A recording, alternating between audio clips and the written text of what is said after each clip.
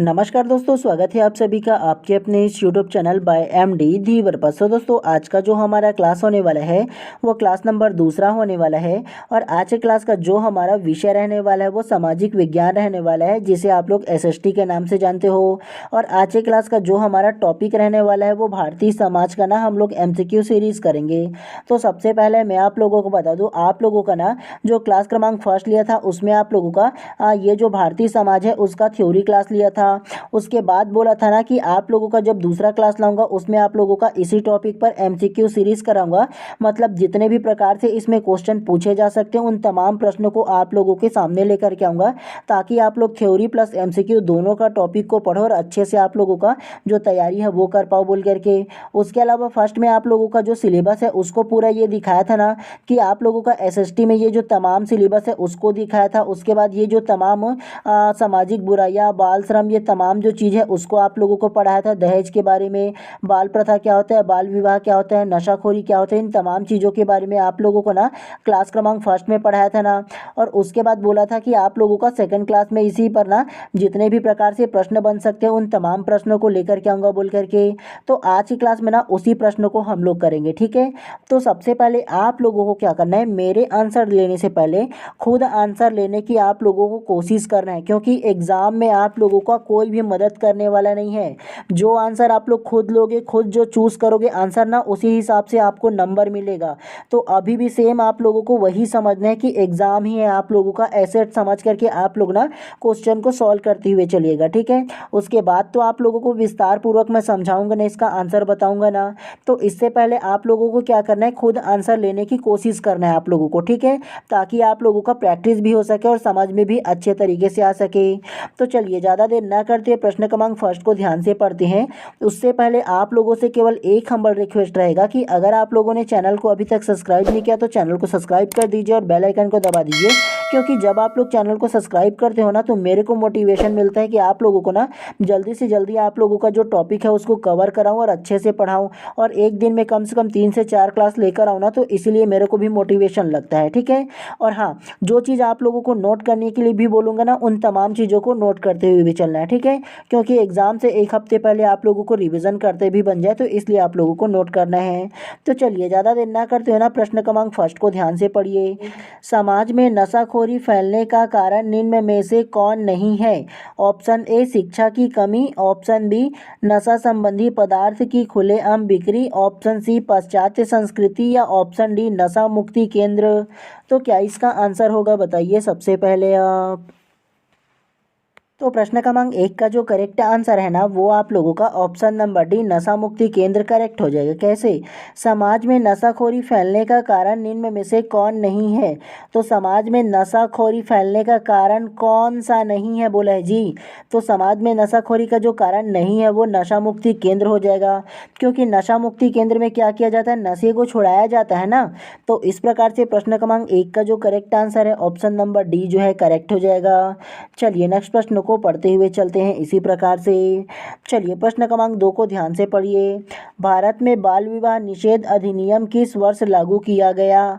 Option A 2006, option B 2007, option C 2008, या option D 2009। तो क्या इसका आंसर होगा, बताइए सबसे पहले आप। तो प्रश्न क्रमांक 2 का जो करेक्ट आंसर है ना वो आप लोगों का ऑप्शन नंबर ए 2006 करेक्ट हो जाएगा। कैसे? भारत में बाल विवाह निषेध अधिनियम किस वर्ष लागू किया गया? तो भारत में जो बाल विवाह निषेध अधिनियम है ना वो 2006 में लागू किया। ये आपने थ्योरी क्लास में भी पढ़ा होगा आप लोगों ने, मैंने आप लोगों को फर्स्ट क्लास में पढ़ाया भी था। 2006 में ना भारत में क्या किया गया था, तो बाल विवाह निषेध अधिनियम लागू किया गया था, बताया था आप लोगों को। और आप लोगों को एक चीज़ और बताया था कि भारत में सबसे पहले बाल विवाह निषेध का कानून कब लाया गया, तो 1928 में लाया गया। कब? तो 1928 में भारत में सबसे पहला बाल विवाह निषेध कानून लाया गया, शारदा एक्ट के नाम से, आप लोगों को पता होगा ना। और शारदा एक्ट किसके नाम से जाना जाता है? हरविलास शारदा के नाम से, ठीक है। तो इन दोनों तीनों को आप लोगों को याद रखना है। और एक चीज़ आप लोगों को और बता दूं, इसमें भारत में ना जो बाल विवाह निषेध अधिनियम जो लागू किया गया वो 2006 में था, लेकिन उसे प्रभावी होने की जो तिथि है ना, मतलब उसको प्रभाव में लाया गया वो 1 नवंबर 2007 से लाया गया। ठीक है, तो ये इन दोनों चीज़ों को आप लोगों को याद रखना है। चलिए नेक्स्ट प्रश्न को पढ़ते हुए चलते हैं इसी प्रकार से।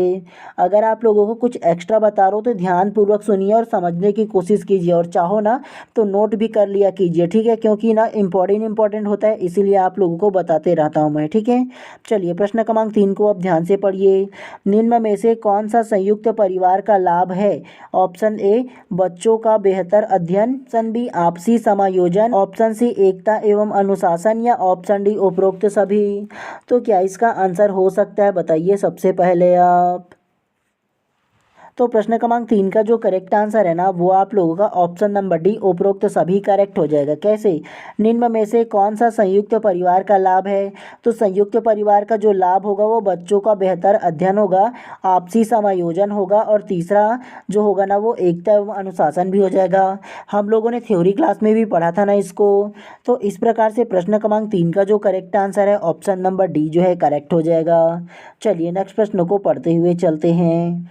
चलिए प्रश्न क्रमांक 4 को ध्यान से पढ़िए। सामाजिक बुराइयों का उदाहरण है? ऑप्शन ए बाल विवाह, ऑप्शन बी दहेज, ऑप्शन सी बाल श्रम, या ऑप्शन डी उपरोक्त सभी।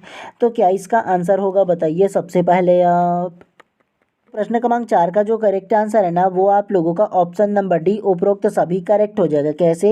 सामाजिक बुराइयों का उदाहरण है, तो सामाजिक बुराइयां में हम लोगों ने बाल विवाह को भी पढ़ा था, दहेज प्रथा को भी पढ़ा था, और उसके अलावा क्या पढ़ा था, बाल श्रम को भी पढ़ा था। तो इस प्रकार से प्रश्न क्रमांक 4 का जो करेक्ट आंसर है ऑप्शन नंबर डी जो है करेक्ट हो जाएगा। चलिए नेक्स्ट को पढ़ते हुए चलते हैं।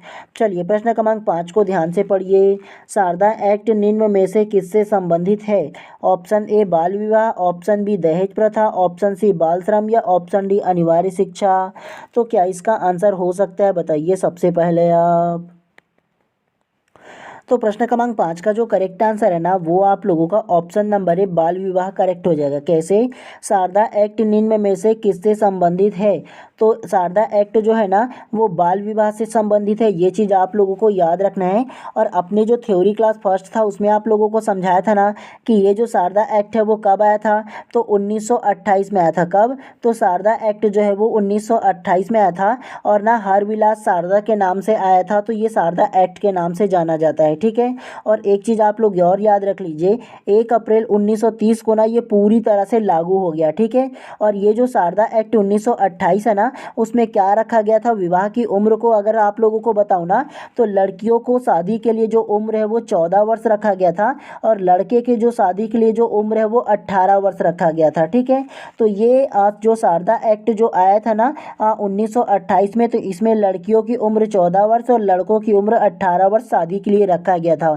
और इससे अगर कि कम उम्र में शादी होता तो वो बाल विवाह के श्रेणी में आता। तो ये चीज़ आप लोगों को याद रखना है इन तमाम चीज़ों के बारे में। तो इस प्रकार से प्रश्न क्रमांक 5 का जो करेक्ट आंसर है ना ऑप्शन नंबर ए बाल विवाह जो है करेक्ट हो जाएगा। चलिए नेक्स्ट प्रश्न को पढ़ते हुए चलते हैं इसी प्रकार से। चलिए प्रश्न क्रमांक 6 को ध्यान से पढ़िए। सामाजिक बुराइयों के उदाहरण हैं? ऑप्शन ए बाल विवाह, ऑप्शन बी दहेज प्रथा, ऑप्शन सी बाल श्रम, या ऑप्शन डी उपरोक्त सभी। तो क्या इसका आंसर होगा, बताइए सबसे पहले आप। तो प्रश्न क्रमांक 6 का जो करेक्ट आंसर है ना वो आप लोगों का ऑप्शन नंबर डी उपरोक्त सभी करेक्ट हो जाएगा। कैसे? सामाजिक बुराइयों के उदाहरण है, तो सामाजिक जो बुराइयां होगा वो बाल विवाह भी होगा, दहेज प्रथा भी होगा, और बाल श्रम भी हो जाएगा। तो इस प्रकार से प्रश्न क्रमांक 6 का जो करेक्ट आंसर है ऑप्शन नंबर डी जो है करेक्ट हो जाएगा। चलिए नेक्स्ट प्रश्न को पढ़ते हुए चलते हैं। चलिए प्रश्न क्रमांक 7 को ध्यान से पढ़िए। धूम्रपान से होता है? ऑप्शन ए हृदय स्पंदन की दर में वृद्धि, ऑप्शन बी रक्तचाप में वृद्धि, ऑप्शन सी ब्रोंकाइटिस, या ऑप्शन डी उपरोक्त सभी। तो क्या इसका आंसर हो सकता है, बताइए सबसे पहले आप। तो प्रश्न क्रमांक 7 का जो करेक्ट आंसर है ना वो आप लोगों का ऑप्शन नंबर डी उपरोक्त सभी करेक्ट हो जाएगा। कैसे? धूम्रपान से होता है, तो धूम्रपान से हृदय स्पंदन की दर में वृद्धि होता है, रक्तचाप में भी वृद्धि होता है, और ब्रोंकाइटिस नामक बीमारी भी होता है। तो इस प्रकार से प्रश्न क्रमांक 7 का जो करेक्ट आंसर है ऑप्शन नंबर डी जो है करेक्ट हो जाएगा। चलिए नेक्स्ट प्रश्न को पढ़ते हुए चलते हैं। चलिए प्रश्न क्रमांक 8 को ध्यान से पढ़िए। निम्नलिखित में से क्या बाल श्रम में नहीं आता? ऑप्शन ए बच्चों का फैक्ट्री में काम करना, ऑप्शन बी बच्चों का राशन की दुकान में काम करना, ऑप्शन सी बच्चों का होटल में काम करना, या ऑप्शन डी बच्चों का अपने कृषि खेतों में काम करना। तो क्या इसका आंसर होगा, बताइए सबसे पहले आप। तो प्रश्न क्रमांक 8 का जो करेक्ट आंसर है ना, वो आप लोगों का ऑप्शन नंबर डी करेक्ट हो जाएगा। बच्चों का अपने कृषि खेतों में काम करना करेक्ट हो जाएगा। कैसे? निम्नलिखित में से क्या बाल श्रम में नहीं आता? तो बाल श्रम में जो नहीं आता ना, वो ऑप्शन नंबर डी बच्चों का अपने कृषि खेतों में काम करना बाल श्रम के अंतर्गत नहीं आता। आप लोगों को थ्योरी क्लास में बताया था ना कि एक जो बच्चा है, मान के चलो उसका उम्र 14 वर्ष से अगर काम है, मान के चलो उसके घर में ना कृषि का कार्य होता है और कृषि के खेतों में जाना पड़ता है उसको काम करने के लिए, तो वो क्या होगा, बाल श्रम की श्रेणी में नहीं आता है। उसके अलावा मान के चलो किसी के घर पे ना फैमिली बिजनेस होगा, कोई दुकान होगा, शॉप वगैरह होगा, तो वो अगर सुबह स्कूल जाता है, स्कूल से आने के बाद अगर शाम को वो ना अपने दुकान पे 2-4 घंटे बैठता है या दुकान पे काम करता है अपने ही दुकान पे ना, तो वो बाल श्रम की श्रेणी में नहीं आता, चाहे उसकी उम्र 14 वर्ष से कम क्यों ना हो। ठीक है, तो ये चीज़ आप लोगों को याद रखना है। उसके अलावा बच्चे अगर फैक्ट्री में काम करेगा तो वो बाल श्रम होगा, 14 वर्ष से कम उम्र में करेगा तो। राशन की दुकान में करेगा तो वो भी बाल श्रम में आएगा, और होटल में काम करेगा तो वो भी बाल श्रम में आएगा। आप लोगों ने ना जब भी होटल वगैरह गए होंगे तो आप लोगों ने एक पॉम्पलेट देखा होगा, ये लिखा हुआ आता है कि यहाँ 14 वर्ष से कम उम्र के बच्चे काम नहीं करते। आप लोगों ने पॉम्पलेट वगैरह में देखा भी होगा, चिपका हुआ कई जो होटल है ना उसके अंदर और बाहर चिपका होता है, आप लोगों ने देखा भी होगा। तो ये इसी ना अधिनियम के तहत रहता है। ठीक है, और ये जो है ना वो भारतीय संविधान के 24वां जो अनुच्छेद है ना उसमें स्पष्ट रूप से उल्लेख किया गया है। ठीक है, तो इसे आप लोगों को याद रखना है। चलिए नेक्स्ट प्रश्न को पढ़ते हुए चलते हैं इसी प्रकार से। चलिए प्रश्न क्रमांक 9 को ध्यान से पढ़िए। अफीम, मॉर्फिन, हेरोइन, मेथेडिन आदि किसके उदाहरण हैं? ऑप्शन ए समंदक एवं tranquilizer, option B opiatic narcotics, option C उद्दीपक, या ऑप्शन डी हेल्यूसिनोजेस। तो क्या इसका आंसर हो सकता है, बताइए सबसे पहले आप। तो प्रश्न क्रमांक 9 का जो करेक्ट आंसर है ना, वो आप लोगों का option number B opiatic narcotics correct हो जाएगा। कैसे? अफीम, मॉर्फिन, हेरोइन, मेथेडिन आदि किसके उदाहरण हैं? ये जो तमाम जो अफीम, मॉर्फिन, हेरोइन है ना, ये सारे के सारे क्या होगा, अपेटिक्स नारकोटिक्स के अंतर्गत आ जाएगा।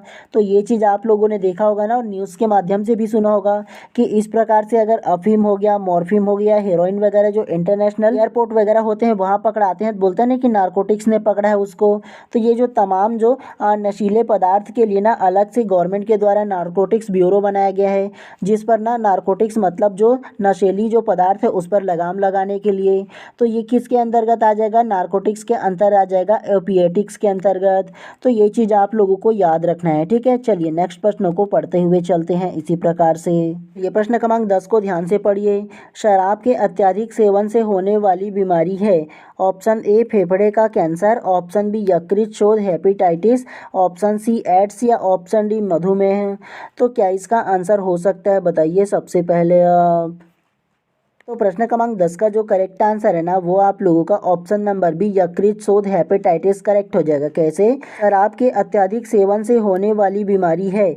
तो शराब के जो अत्यधिक सेवन करते हैं ना उससे जो अधिकतर बीमारी होता है वो यकृत शोथ हेपेटाइटिस होता है। ये चीज़ आप लोगों को याद रखना है, क्योंकि हम लोगों ने ना थ्योरी में भी पढ़ा था, बताया था ना आप लोगों को कि जो व्यक्ति शराब का अत्यधिक सेवन करता है उसे यकृत शोथ हेपेटाइटिस सबसे ज़्यादा होता है। तो ये चीज़ आप लोगों को याद रखना है इसके बारे में। ठीक है, चलिए नेक्स्ट प्रश्न को पढ़ते हुए चलते हैं इसी प्रकार से। चलिए प्रश्न क्रमांक 11 को ध्यान से पढ़िए। भारत में विवाह कानून अधिनियम लागू करने का वर्ष है? Option A 1955, option B 1976, option C 1956, या ऑप्शन डी 1986। तो क्या इसका आंसर हो सकता है, बताइए सबसे पहले आप। प्रश्न क्रमांक 11 का जो करेक्ट आंसर है ना, वो आप लोगों का ऑप्शन नंबर ए 1955 करेक्ट हो जाएगा। कैसे? भारतवर्ष में विवाह कानून अधिनियम लागू करने का वर्ष है।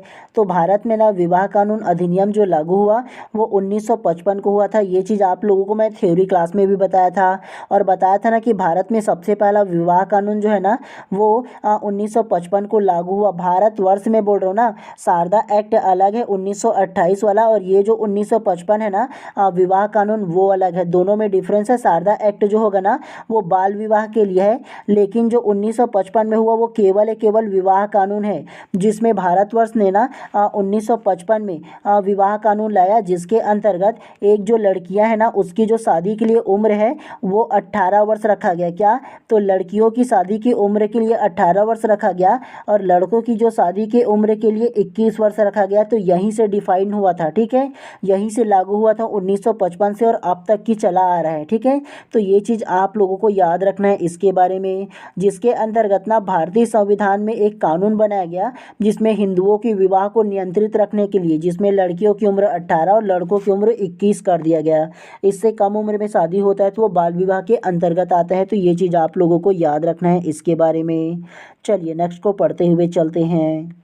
ये प्रश्न क्रमांक 12 को ध्यान से पढ़िए। सरकार द्वारा बाल श्रम रोकथाम अधिनियम का संशोधन किया गया था। ऑप्शन ए सितंबर 2007, ऑप्शन बी अक्टूबर 2006 में, ऑप्शन सी जनवरी 2008 में या ऑप्शन डी अक्टूबर 2009 में। तो क्या इसका आंसर हो सकता है, बताइए सबसे पहले आप। तो प्रश्न क्रमांक 12 का जो करेक्ट आंसर है ना वो आप लोगों का ऑप्शन नंबर बी अक्टूबर 2006 में करेक्ट हो जाएगा। कैसे? सरकार द्वारा बाल श्रम रोकथाम अधिनियम का संशोधन किया गया। तो सरकार द्वारा बाल श्रम रोकथाम अधिनियम जो लाया गया ना वो अक्टूबर 2006 में लाया गया था। ये चीज़ आप लोगों को याद रखना है इसके बारे में। और ये जो था ना केवल एक संशोधन था, ठीक है। तो ये चीज़ आप लोगों को याद रखना है, अक्टूबर 2006 में जो आया था वो बाल श्रम के लिए एक संशोधन के रूप में लाया गया था। तो ये केवल आप लोगों को याद रखना है। प्रश्न क्रमांक 12 का जो करेक्ट आंसर है वो आप लोगों का ऑप्शन नंबर बी जो है करेक्ट हो जाएगा। प्रश्न क्रमांक 13 को ध्यान से पढ़िए। नींद के लिए ली जाने वाली नारकोटिक औषधियां हैं। Option A heroin, option B morphine, option C अफीम या ऑप्शन डी उपरोक्त सभी। तो क्या इसका आंसर हो सकता है, बताइए सबसे पहले आप। प्रश्न क्रमांक 13 का जो करेक्ट आंसर है ना वो आप लोगों का ऑप्शन नंबर डी उपरोक्त सभी करेक्ट हो जाएगा। कैसे? नींद के लिए ली जाने वाली नारकोटिक्स औषधियां हैं। तो हेरोइन भी हो जाता है, मॉर्फिन हो जाता है और अफीम भी हो जाता है, ठीक है। तो मैं आप लोगों को बताया था ना थ्योरी क्लास में इसको, और इसके लिए आप लोगों को बोला था ना कि इन फालतू चीज़ों पर आप लोगों को बिल्कुल भी ध्यान नहीं देना है। मतलब इस प्रकार की जो सेवन वाली चीज़ है ना उस पर आप लोगों को बिल्कुल भी ध्यान नहीं देना है। अभी आप लोग बढ़िया सा पढ़िए लिखिए और ज़्यादा कोशिश कीजिए कि एक ही बार में आप लोगों का जॉब लग जाए, और जॉब लगेगा तो उसके बाद तो आप लोग जो चाहो वो कर सकते हो। लेकिन अभी फ़िलहाल के लिए अपने पर ध्यान दीजिए, अपने पढ़ाई पर ध्यान दीजिए और अपने फैमिली पर ध्यान दीजिए। बोला था ना मैंने अच्छे से आप लोगों को। तो इस प्रकार से प्रश्न क्रमांक 13 का जो करेक्ट आंसर होगा ऑप्शन नंबर डी जो है करेक्ट हो जाएगा, ठीक है। इन फालतू चीज़ों पर आप लोगों को नहीं पढ़ना है, पढ़ने लिखने पर ज़्यादा जोर देना है, आप लोगों को अच्छा ध्यान देना है। चलिए प्रश्न क्रमांक 14 को ध्यान से पढ़िए। किसी कारखाने में कार्य करने के लिए खाली स्थान से कम उम्र के बच्चों को नियुक्त नहीं किया जा सकता। Option A 14, option B 20, option C 15 या ऑप्शन डी 18। तो क्या इसका आंसर हो सकता है, बताइए सबसे पहले आप। तो प्रश्न क्रमांक 14 का जो करेक्ट आंसर है ना वो आप लोगों का ऑप्शन नंबर है 14 वर्ष करेक्ट हो जाएगा। कैसे? किसी कारखाने में कार्य करने के लिए खाली स्थान से कम उम्र के बच्चों को नियुक्त नहीं किया जा सकता। मैंने आप लोगों को थ्योरी में भी बताया था ना कि कारखाना हो, चाहे खनन हो, उत्खनन हो या चाहे होटल हो, उसमें 14 वर्ष से कम उम्र के बच्चों को कार्य में नहीं लगाया जा सकता। ये एक कानूनी जुर्म होगा बोल करके बताया था ना, कानूनी अपराध होगा बोल करके। क्योंकि भारत सरकार ने एक कानून बनाया है और उस कानून के तहत ना जितने भी 14 वर्ष से कम उम्र के बच्चे हैं उसको भी किसी भी प्रकार की जोखिम भरे कार्य में नहीं लगाया जा सकता। ये एक कानूनी जुर्म है, बताया था ना आप लोगों को। उसके अलावा बताया था ना कि भारतीय संविधान के अनुच्छेद 24 में विस्तार पूर्वक इसके बारे में उल्लेख किया गया है। तो इस प्रकार से प्रश्न क्रमांक 14 का जो करेक्ट आंसर होगा ऑप्शन नंबर ए जो है करेक्ट हो जाएगा।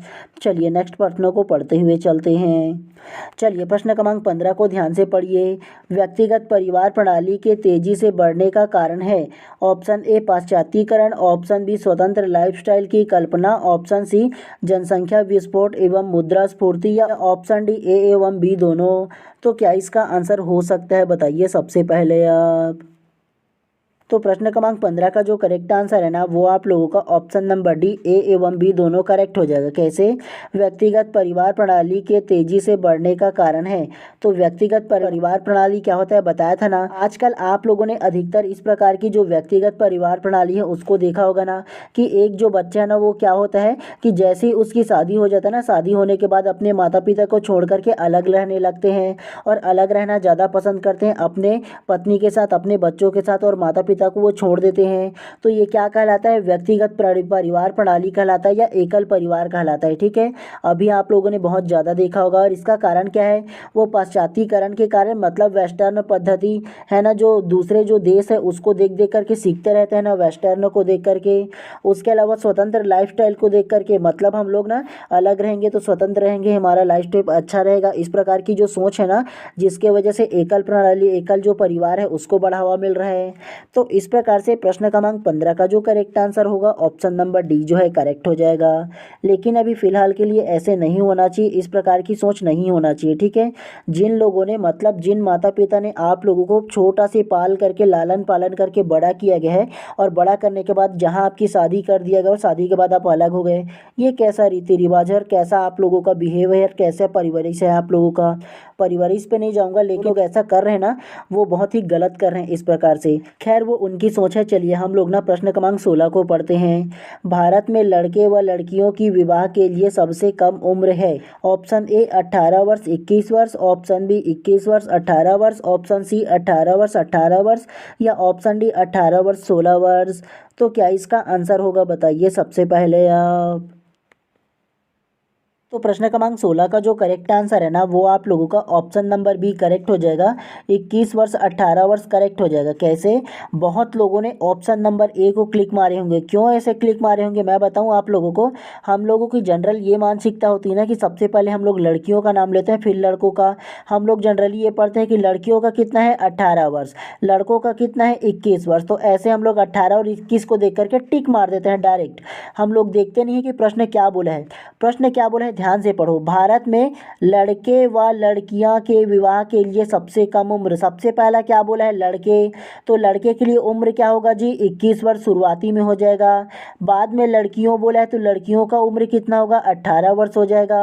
यही तो ट्रिक होता है एग्जामिनर का, मतलब जो एग्जाम के लिए एक प्रश्न छांटता है ना वो ऐसे ही प्रश्न को छांटता है ताकि आप लोग कंफ्यूज हो जाओ और गलत ऑप्शन को आप लोग टिक मार करके चले जाओ। तो इसी प्रकार से प्रश्न को छांटा जाता है, तो ध्यान रखना है आप लोगों को। ठीक है, क्योंकि देखो पहले लड़का बोला है ना तो लड़का की उम्र क्या होगा 21 होगा, बाद में लड़की बोला तो 18 होगा।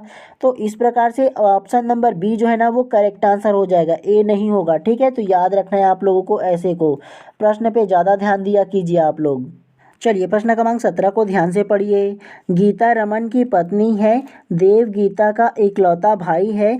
यदि ऋतु गीता की पुत्री है तो देव की ऋतु से क्या रिश्ता होगा।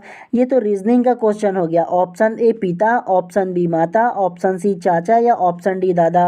चलिए आप सभी लोगों को ना ये चीज़, ये जो प्रश्न क्रमांक 17 है ना उसको होमवर्क के लिए छोड़ देता हूँ। ठीक है, अगर आप लोगों का रीजनिंग अच्छा होगा तो बेशक आप लोग आंसर दीजिएगा। ठीक है, होमवर्क के लिए आप लोगों को छोड़ देता हूँ। उसके बाद ना जो लोग कमेंट करके आंसर देंगे ना, अगर सही होगा तो मैं आप लोगों को सही बोलूँगा, अगर गलत होगा तो क्लियर कर दूंगा, आप लोगों का सही आंसर बता दूंगा। ठीक है, तो आप लोगों के लिए होमवर्क के तौर पर छोड़ देता हूँ, बताइएगा आप लोग ज़रूर। ठीक है, चलिए मैं उम्मीद करता हूँ कि आप लोग इसका आंसर ज़रूर कमेंट बॉक्स में देंगे।